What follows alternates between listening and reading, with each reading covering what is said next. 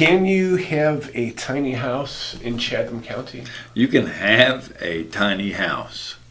There'd be little asterisks next to that. Okay. So, tiny house.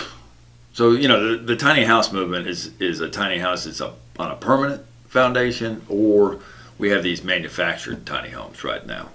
On wheels. On wheels. Okay. Yep.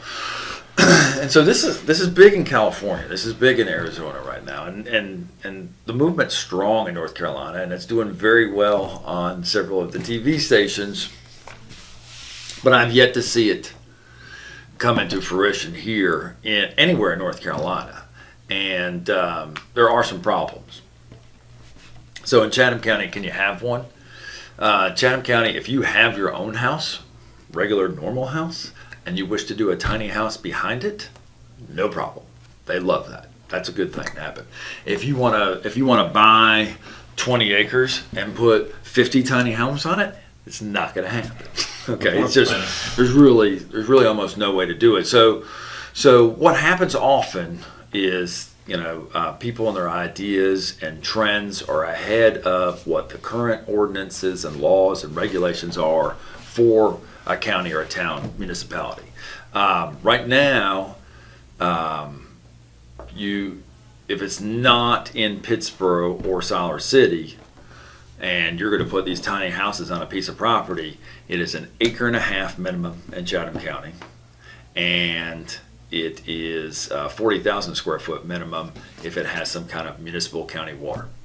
So, this is counterintuitive to the tiny house movement. I mean, you buy 20 acres, we're not going, and it has county water. The best case scenario is that we're going to have 20 houses on it, and people really want those more clustered and tighter together. So can you buy like a 1 acre lot and put one tiny house on it? You can, but it's non-conforming, so your traditional conventional loans don't like it. They want it to be 1,200 square foot, and tiny homes can be a couple hundred square feet or 150 square feet. I've even heard of, and so they don't like that. That's non-conforming. So the bank says, if you do not pay on this, am I going to be able to sell it to someone else? And even though the TV shows are pretty popular and we all have that IKEA dream, it's just there's not a huge market for it. There's not a huge demand for it.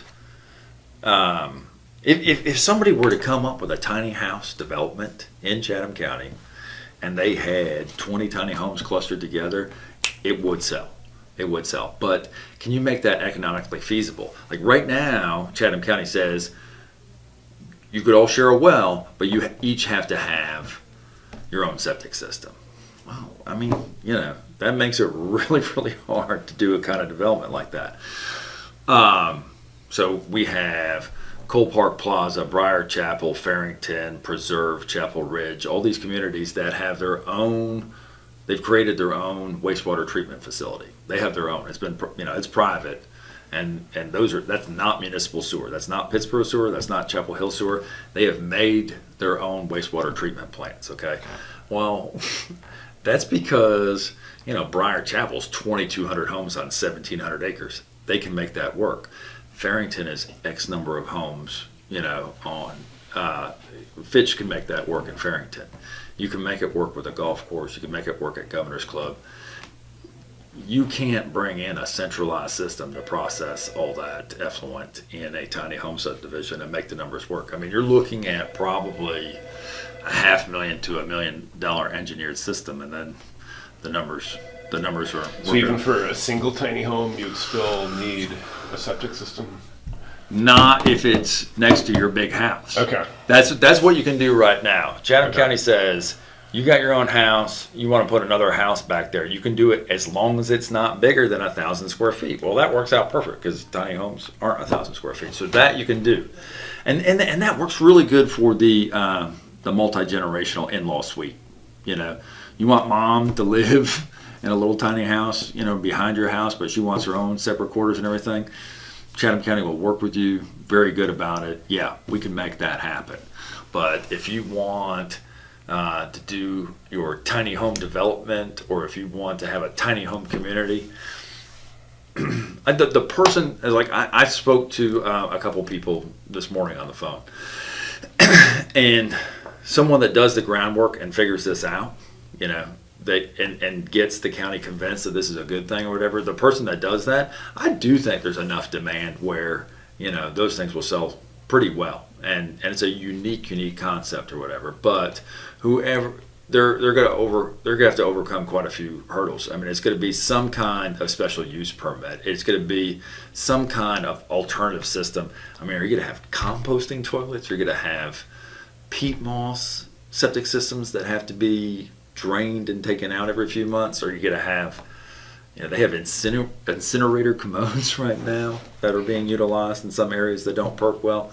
You know, there's all these different things, but right now, Chatham County's not on board with that. So whoever does it is going to have the science, the engineering, and the tenacity to push that through and convince the county planners, the county planning board, and the county commissioners that this is something that would be good for the area. But it's a very hot topic. I get calls on tiny houses all the time, and right now I'm 0 and 14. I've worked with about 14 people that want to do a tiny house community or development, and we've hit a bunch of roadblocks.